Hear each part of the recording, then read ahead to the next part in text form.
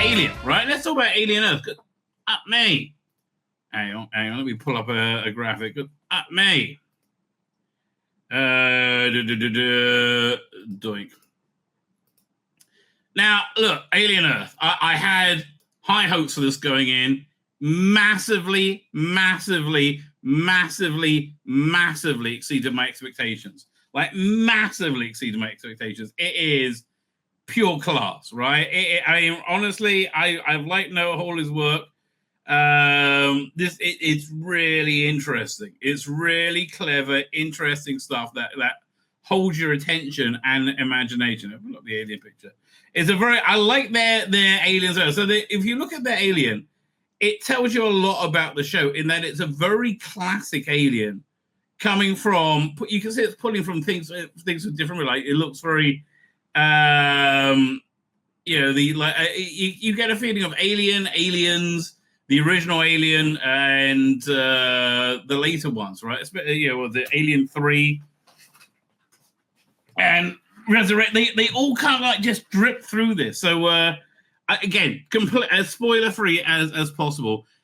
It fits so perfectly in the Alien universe, and this is one of the few times the streaming model has worked out well for viewers. I'd say the last time is probably Andor, and it's very similar to Andor in that it uses its runtime well, right? You get shows. I remember like Daredevil, right? Daredevil was when it first came out on Netflix. It was like 10 parts, 12 parts. It was about a 4-part story or a 6-part story padded out. And to pad it out, they were just adding more plot points and more things happening, right? And it didn't really work. It just became, especially when you binge it just became a drag. Like, you have like side quests, right? I don't like side quests in my drama, right? A side quest is for a game. It's not for drama. Side quest is what you put in when you really don't know what you're doing and how to write. So this doesn't seem to have side quests, right? What this does instead is it uses that 8-9 hour runtime to do real character analysis and character studies of these interesting characters that it set up and situations. So the basic premise, which you get in the first opening cast, so this really isn't a spoiler, is that there are 3 ways of this takes place if this matters to you about 2 years before the original Alien movie. But again, it's very much in the Aliens universe. Like for much of the second, I've seen the first 2 episodes. For much of the second episode, and quite a bit the first one, for that matter, there is a military presence that feels very much like James Cameron's Aliens, right? It really exudes that, even though it takes place 70 years before then. You can still, I rationalize and think, well, listen, if you look at Vietnam in the 1960s compared to any conflict today, they kind of have the same silhouette. So that's what 40, about 65 years difference. So I'm not. It didn't bother me. Again, the whole show exudes the Alien franchise in a very, very, very, if you like Alien, in a very, very good way. Noah Hawley, again, the creative vision behind it, also directs the first episode, and I found it a very interesting and stylistic direction. It felt like a young David Lynch, a slightly more commercial young David. Like David Lynch, if he took the job directing Return of the Jedi, right? So, but it had like fades in between, thematic fades. Visually between one thing and another, where thematically, it worked. There was soft fades, and it did feel like a lot like Blue Velvet, right? And a lot how the visual storytelling in that, which for me really worked. Because again, this is such a boldly, I'm 2 episodes in, but I find this a boldly original and innovative series.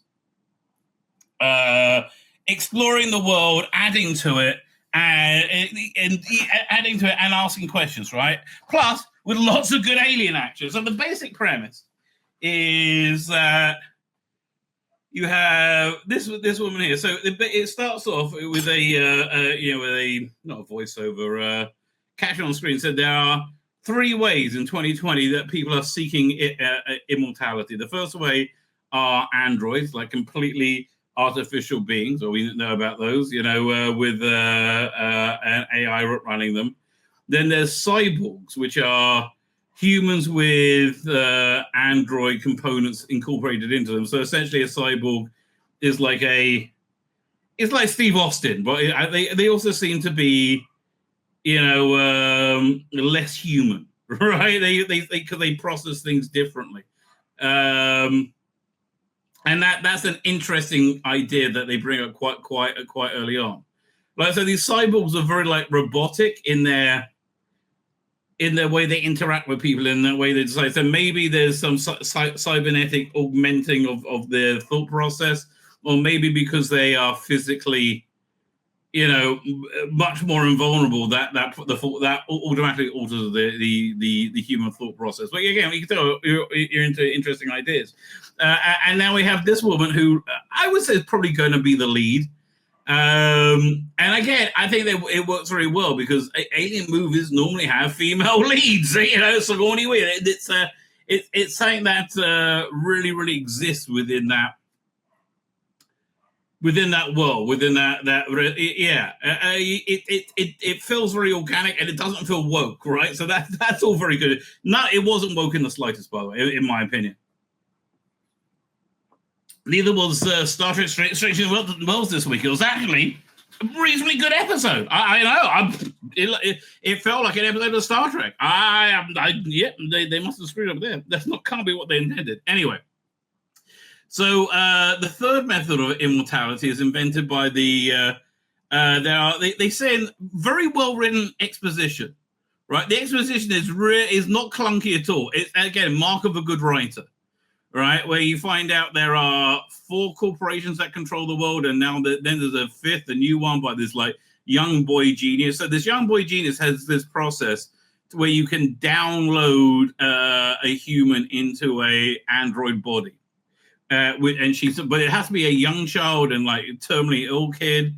So that's who she is. They download her into a child body, and then they put her into a more adult body as things go on. It works very well, and the kids die very quickly there afterwards. But it's implied that it might be the process that kills them. I don't know, or maybe they just die, but it is kind of heavily implied that it's the process that kills them. So you have her, and there's a few more like her, like 6 or 7, and they're really not human. They're trying to replicate the experience of humanity. Like when they're in adolescence, they're trying to replicate the hormonal mood swings, right? Which you don't have because you don't have a human body. So things like that. But it is an acknowledgement. This is a new life form, right? And it's very, very, again, very, very interesting. That's the creative thing that drives it. But the main plot point, right? Which again, this is not a spoiler. It's been in all the commercials. And by the way, production values stunning.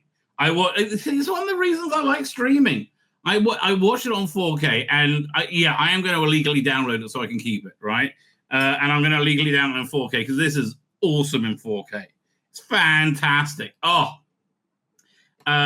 have a very dodgy spacecraft by the corporation, Weyland Yutani, right? Who's been collecting specimens. So you get, so this is very much a riff on Prometheus. I like Prometheus a lot, by the way. I like all the legit alien movies, right? So it does include Alien versus Predator, right? They are not legit alien movies, either of them. They're fun, but they're not legit alien movies. And I'll say I was actually Romulus isn't a legit alien movie either, frankly.